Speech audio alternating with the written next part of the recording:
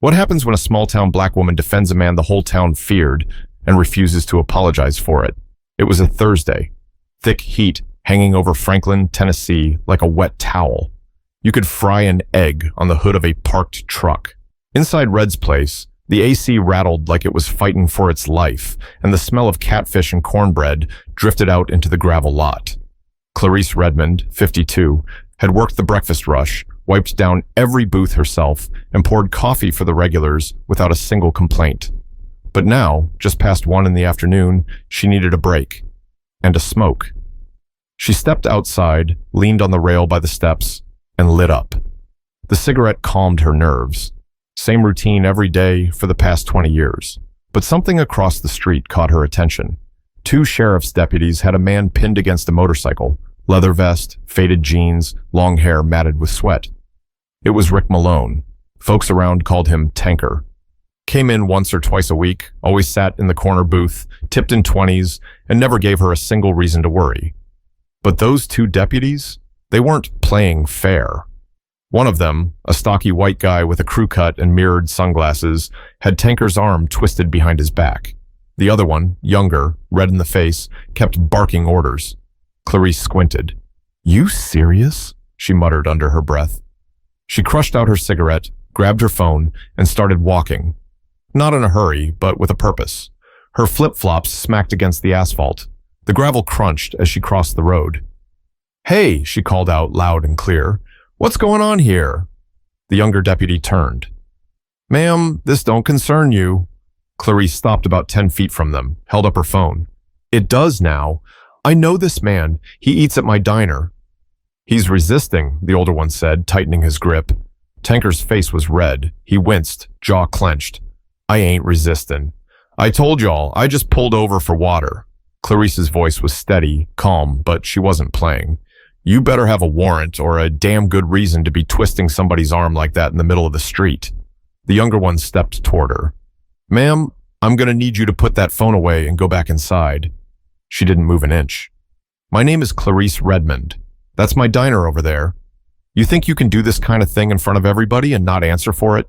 A couple of drivers slowed down, rubbernecking. One woman across the street pulled out her own phone. Clarice didn't have to yell. Her presence alone had changed the tone. The older deputy sighed. "We got a call. Said he looked suspicious. Possible gang activity." Clarice raised an eyebrow. "Suspicious? You know how many patched bikers pass through here every week? That ain't a crime. Y'all harassing a man for having a vest and a beard." Tanker muttered. "I didn't even say nothing. Was just refilling my bottle from the spigot behind the fire station." Clarice took a step closer, still filming. "Let him go. Right now." The younger one hesitated. "Ma'am," she cut him off, "you picked the wrong one today. This man's been nothing but respectful every time he's stepped in my place. If you got a charge, read it. If not, take your hands off him." The older deputy finally let go of Tanker's arm. "Fine. But if anything goes down later," Clarice snapped, "it won't, unless you start it." They walked off, muttering into their radios. Tanker rubbed his wrist and looked over at her. "You didn't have to do that," he said. "Yes, I did." He stared at her for a second, eyes still wide. Then he gave the smallest nod and walked back to his bike, cranking it up without a word. Clarice lowered her phone, hit stop on the recording, and walked back toward her diner. She didn't look back once. But what she didn't know was that the whole town, and soon the whole country, was about to see what happened. Clarice walked back into Red's place like nothing had happened. The chime above the door dinged as she stepped inside, wiping the sweat off her forehead with a paper napkin. Marla, the teen waitress working the afternoon shift, peeked over from behind the register. "Everything okay, Miss Clarice?" Clarice didn't answer right away. She slipped her phone into her apron, went behind the counter, and refilled the sweet tea pitcher. "Yeah," she finally said.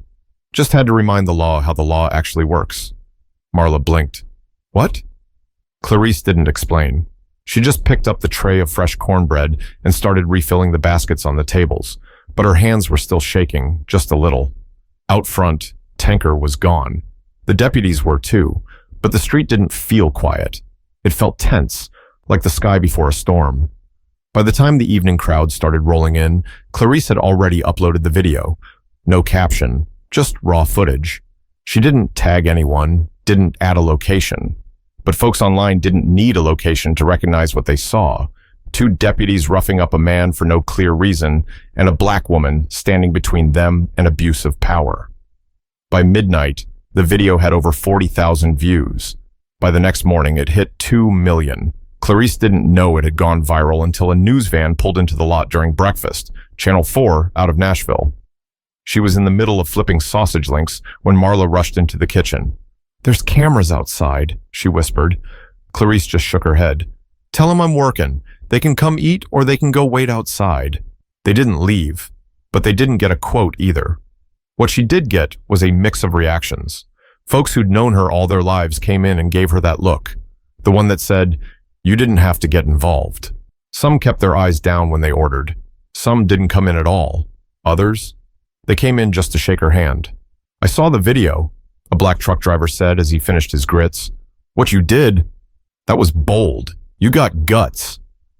But bold wasn't what Clarice was aiming for. She just didn't believe in standing around while someone got hurt, especially not in front of her diner, in her name, in her town. Later that afternoon, someone left a note on her door. No envelope, just taped right to the glass. "Stick to cooking." Clarice tore it down and threw it in the trash. Around 4, the sheriff himself came in. Sheriff Halbridge, late 50s, tall, pale, and always looking like someone had just insulted his boots. He walked in without smiling, without looking left or right. Clarice didn't stop cleaning the counter. "Sheriff," she said, not warm, not cold. "Clarice," he replied, "we need to talk." "You want coffee?" "I'm good." She motioned to the booth by the window. "Then sit, but I ain't leaving my station." He sat, leaned forward, and lowered his voice. "That video, it's everywhere. Do you understand what kind of attention this brings to our department?" Clarice turned toward him slowly. "Maybe y'all should have thought about that before twisting that man's arm in front of a restaurant full of witnesses. You don't understand who he is. I understand who you are, and I understand what I saw." The sheriff's eyes narrowed. "This isn't about you, Clarice. You escalated a situation that was under control." She pointed at her phone on the counter. "Nah, I recorded a situation that was out of control." Halbridge stood. "You've made things complicated." "No, Sheriff," she said, leaning on the counter. "The law's supposed to protect everybody. That's all I stood for. Ain't nobody above the law. Not even your boys in uniform." He stared at her a second longer, then walked out without another word.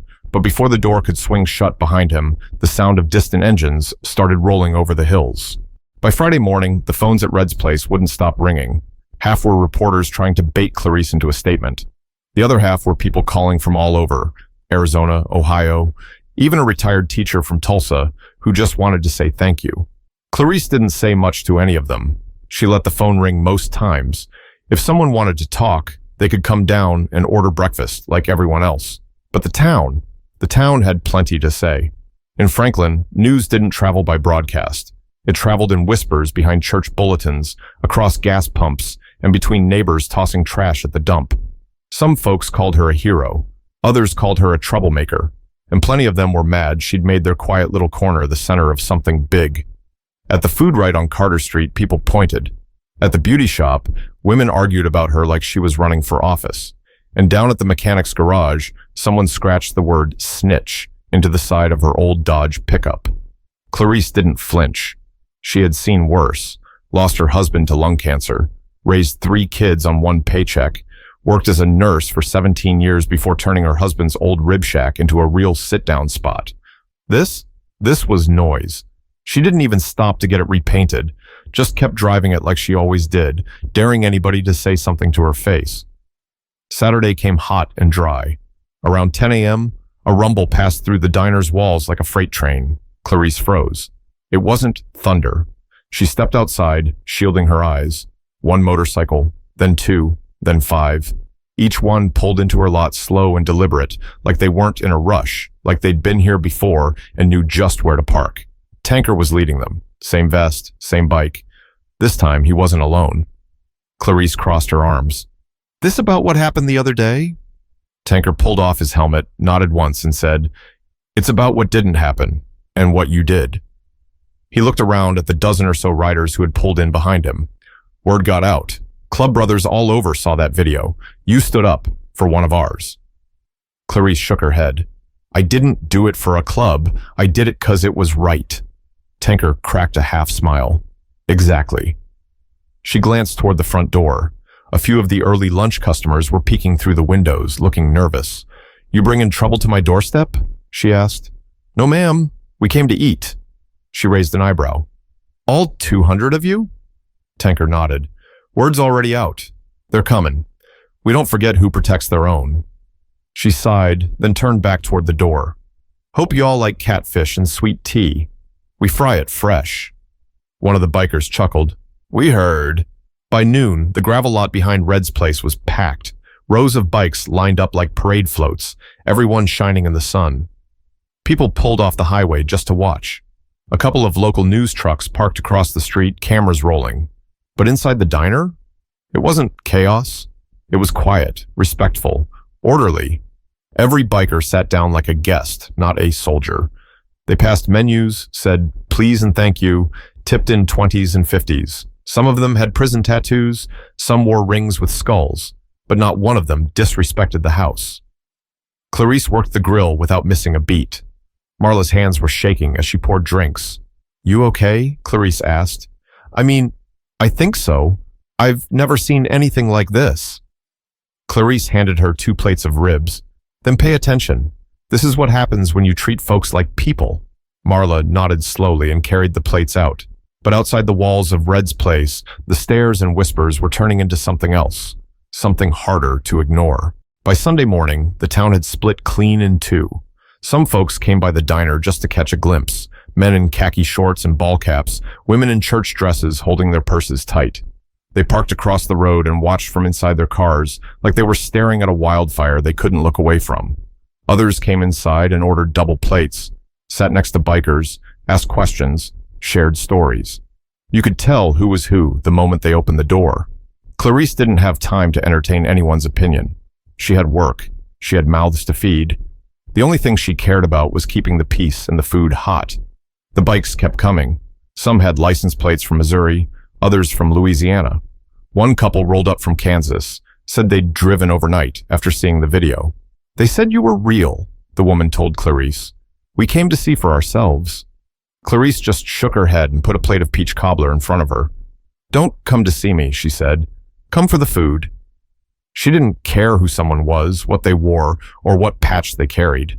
If you walked into her place with respect, you'd leave with a full belly and a clean conscience. But not everybody liked what was happening. Late that afternoon, a group of men pulled into the lot in an old blue pickup, the kind that rattled louder than it drove. They parked crooked near the front and just sat there. Clarice spotted them through the window.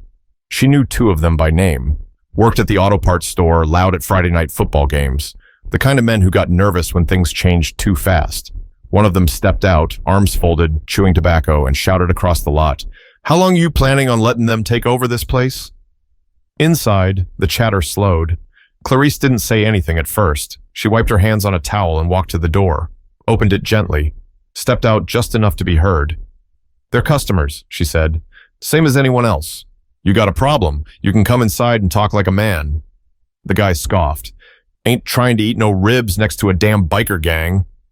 Tanker, who had been sitting on the bench near the door, stood up slow. They didn't come here to cause trouble, Clarice said, her voice still calm. But if you think yelling across the lot makes you right, you're going to be real disappointed. The man spat on the gravel, shook his head, and got back in the truck. They peeled off without another word.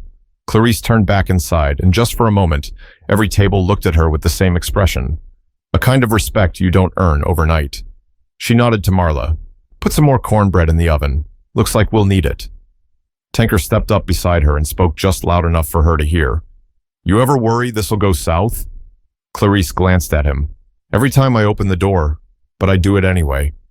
He looked out across the lot. These engines don't lie. They came here for you. You did something most folks wouldn't. I didn't do it for a show, she replied. I did it 'cause a man was getting treated like trash. And if I hadn't stepped in, who would've? Tanker nodded once, then went back to his seat. Back inside, Clarice slid behind the counter, refilled the tea, and took a breath. It was only Sunday. The week wasn't even done yet, but Monday would bring something she hadn't prepared for, someone from her past with questions that couldn't be ignored. Monday morning started slow. Rain tapped against the windows like fingertips on a table, steady but soft. The kind of weather that usually kept folks home, but not today. Clarice was already up at 5:30, hands deep in biscuit dough, listening to the local radio as it buzzed through static. They were talking about her again. Franklin diner owner stands up to law enforcement. That's how they phrased it. Like she'd run for mayor instead of just telling two cops to back off. Marla came in around 7:15 with her hoodie pulled tight around her face. "There's already people in the lot," she said, shaking out the rain. "Let 'em wait," Clarice replied, cutting fat into the flour. "Doors don't open till 8. By 8:05, the booths were full. Not just bikers. Locals, travelers, a journalist from St. Louis, scribbling in a little notepad over her eggs. A man from Memphis said he'd driven 2 hours just to see if the place was real. Everyone wanted a taste of whatever this was. Clarice didn't crack under it. She moved through that kitchen like it was Sunday after church. Ribs hit the grill, gravy thickened on the stove, and the coffee never ran dry. Even with all the noise and traffic, the place still smelled like home. Onions and grease, warm syrup, smoked sausage. Tanker came in later than usual, walking with a limp and a slight wince. "You all right?" Clarice asked. "Old injury, rain brings it out." She poured him a black coffee before he asked. "You know," he said, staring into the cup, "I've been in a lot of places where I wasn't welcome. This ain't one of them." Clarice leaned against the counter. "Well, you eat like you belong here. That counts." He gave a crooked smile. "One of the guys told me something last night. Said back in '98, you used to patch up riders after accidents. In secret. No charge." Clarice didn't answer at first. "Yeah," she finally said. "I was a nurse back then. County ER wouldn't touch him unless there was blood pouring. So I kept supplies in my trunk. Stitches, bandages, peroxide. Didn't ask questions." Tanker shook his head slowly. "You've been looking out longer than we thought. Wasn't about the club, wasn't about sides, just didn't sit right to leave someone bleeding because of a jacket." The front door opened, and an unfamiliar man stepped in. Tall, broad shoulders, clean-shaven, wearing a plain gray suit. He had a look that didn't match the diner, like he belonged in a courtroom or behind a podium, but his eyes were warm. He walked straight to the counter and pulled out a worn photo from his coat pocket. "You remember this man?" he asked, sliding it across to her. Clarice blinked. The photo showed a younger man, long beard, missing tooth, faded Hell's Angels patch on his vest. Her throat tightened. "That's," she started. "My brother died last year. He always talked about you. Said there was a lady in Franklin who saved his life after a crash outside Knoxville. Said she didn't care what his patch said, only asked if he could walk." Clarice stared at the photo a second longer, then looked up. "I didn't know he passed." The man nodded. "He told me, if you ever get a chance, go down there and eat her ribs. Tell her thank you. So that's what I'm doing." Clarice didn't say anything, just turned, grabbed a plate, and started piling on ribs, potato salad, and slaw. "No charge," she said softly. The man smiled. "He'd say that's just like you." He sat down at the window seat where her husband used to eat before the cancer took him. Clarice watched him for a moment before going back to work, something in her chest tighter than usual. But before she could catch her breath, the bell over the door rang again. And this time, it was someone she never wanted to see walk through it. The bell above the door gave its usual sharp ring, but the energy shifted the moment it swung open. Clarice looked up, spatula still in hand, and her face turned to stone. Sheriff Halbridge. He didn't come alone this time. 2 deputies behind him. Different ones. Not the pair from the incident, but cut from the same cloth. All 3 of them stood like they were posing for a press release, hands at their belts, eyes scanning the room like they were checking for violations. Every fork in the diner stopped mid-air. The sheriff cleared his throat. "Can we talk?" Clarice wiped her hands on a towel and came around the counter slow, calm. She stopped just short of him. "You come to eat?" she asked flatly. "I came to speak with you privately." She shook her head. "Ain't nothing private in here today. You got something to say? You say it in front of everybody." He exhaled through his nose, glanced around at the packed booths, then took a step forward. "We got a situation. These bikers, Some of them are known offenders. We've received reports of threats, intimidation. Clarice crossed her arms. From who? Far as I can see, the only people threatening anybody are the ones wearing badges. The sheriff's jaw tightened. You're running a business, Clarice, one that's quickly becoming a circus. Her voice didn't rise, but her eyes were sharp. You ever see a circus this respectful? They tip. They don't cause fights. They wait in line like everybody else. What exactly is the problem? They're sending a message. Clarice nodded. Good, 'cause so am I. A biker from the corner table stood up, but Tanker raised his hand and gave him a look. The man sat back down without a word. I'm not gonna warn you again, Halbridge said, his voice low. You keep pushing, and things are gonna get difficult. Clarice leaned in just enough to make her words stick. You already made things difficult. I'm just not backing down. Halbridge didn't respond. He turned and walked out, deputies behind him. As soon as the door shut, the tension dissolved like sugar in hot tea. Clarice stood still a moment longer, then turned and went back to the counter. She poured herself a fresh cup of coffee, took a slow sip. Tanker approached, quiet. You good? He asked. She nodded once. Better than him. He looked around at the tables. You know this ain't over, right? I know, she said, but I ain't scared of hard endings. Only scared of quiet wrongs. They sat in silence for a few seconds before Tanker said something she didn't expect. You're one of us now. Clarice raised an eyebrow. One of what? People who don't flinch. People who don't walk past trouble 'cause it ain't theirs. She chuckled softly. I'm not wearing a vest. You don't need to. At that moment, Marla slid a piece of paper across the counter. Handwritten, neat. It was a list of food items. Ribs, greens, cobbler, in a massive order. What's this? Clarice asked. Marla grinned. The bikers. They pooled money. Said they're paying for lunch for the firehouse, the nursing home staff, and the school janitors. Said if anyone asks, it came from the lady who stood up. Clarice stared at the list. She swallowed hard. She didn't cry. Not there, not in front of everyone. But she felt something break open. Not from pain, from pride. She looked around the room. Strangers who weren't strangers anymore. Men with worn boots and rough voices, sitting beside small-town kids and teachers on break, all sharing the same space, same air, same table. It wasn't just about Tanker, or the video, or the sheriff. It was about earning something, and not just respect. It was about reminding people what courage looks like when it wears an apron and tells the truth, even when it's inconvenient. Clarice walked back into the kitchen. Let's feed everybody, she said. Every last one of them. Sometimes standing up doesn't mean shouting. Sometimes it just means not sitting down. If this story moved you, share it. Remind somebody today that respect is earned and silence is a choice.